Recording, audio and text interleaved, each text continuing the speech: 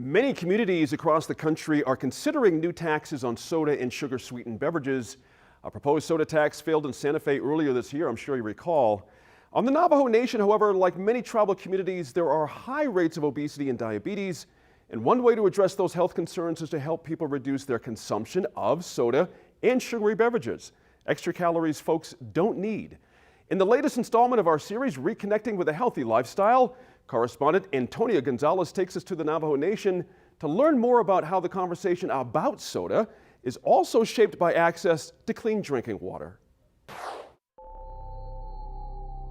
The Star School is a charter school on the western edge of the Navajo Nation, near the community of Leupp, Arizona. Just like any other school, the cafeteria is a busy place in the middle of the day.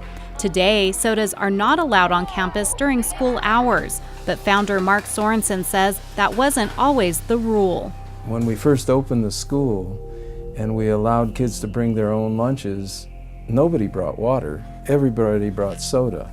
Sorensen says when he moved to the Navajo reservation 40 years ago, he rarely saw overweight or obese people. That's not the case anymore. There's a tendency among our families to not drink very much water and to drink large amounts of soda. This contributes to diabetes and many other health problems. Today, health officials estimate that nearly a third of Navajo people are diabetic or pre-diabetic. Pauline Butler says she's seen changes in eating habits, including attitudes about soda, in her lifetime. Sodas were seen as a treat, something that you, as a reward. If, say, my great-grandmother say, well, I'm going down to the trading post, we were on top of the mountain. Going down to trading post, if you girls can, get all the sheep, back in and have dinner cooked, and I come back, we'll share a can of soda.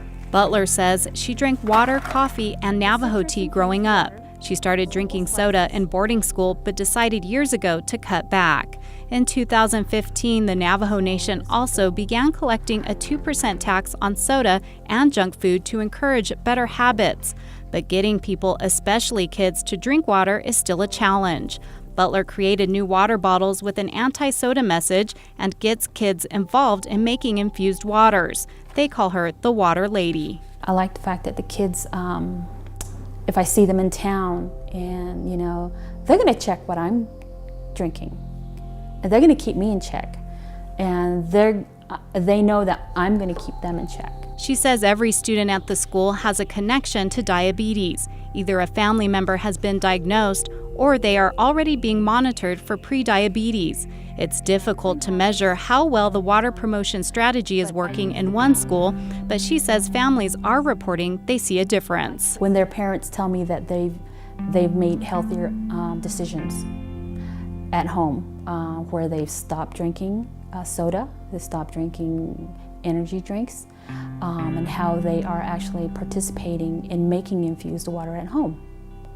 And when the parent actually tells me their sugar levels are down, their energy level is up, that's how I measure the success. But just getting the kids excited about drinking water is not enough. Many homes lack access to clean drinking water.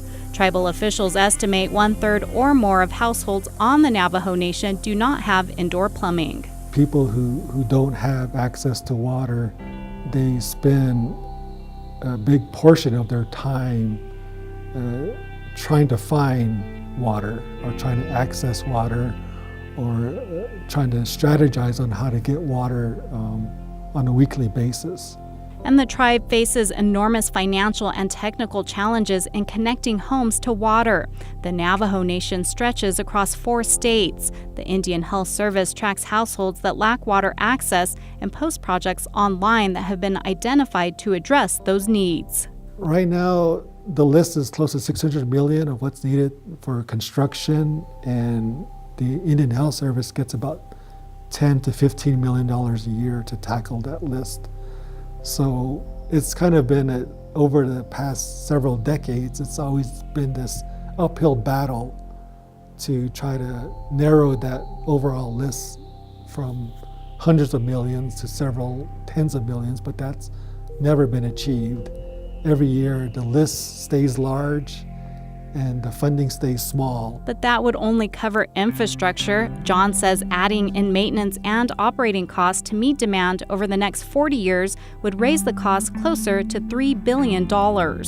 Back at the Star School, there's a new tool on campus to teach students about the science of water testing and help provide temporary relief by filtering local well water that is discolored, smells, or tastes bad. They can also identify water that's contaminated by heavy minerals or other pollutants. We have one pump at the back of the bus, that big green thing, and that's what pulls the water from the well, and it puts it in the storage tank, which is that tall blue cylinder. And then it goes through our filtration equipment using another pump. These are the microfilters, remember? Oh yeah. Do you guys remember what the They microfilters are? That have little, they take out the dust. Yeah, right, yeah. So they're not going to filter out the tiny stuff, but it's going to filter out the dust particles.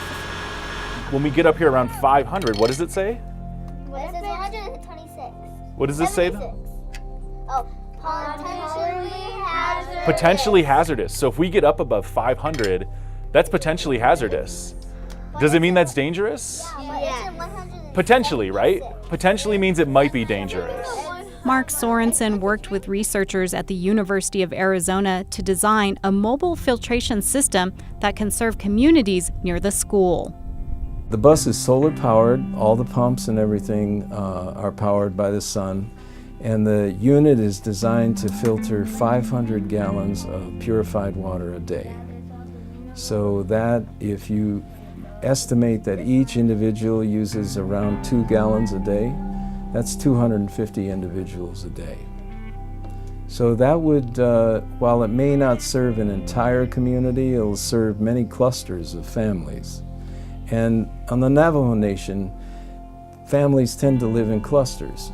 So we wanted to have an approach that actually fits our needs here in Navajo land. A water filtration bus may not address the hundreds of millions of dollars of water infrastructure needs on the Navajo Nation, but Sorensen says young people can contribute to efforts to improve the health of their families and community. One of our key values is relationships, respecting and honoring our relationships. This is a way that children can show their parents and their grandparents how much they care about them and how much they can do, that they're empowered to help. For New Mexico in Focus, I'm Antonia Gonzales.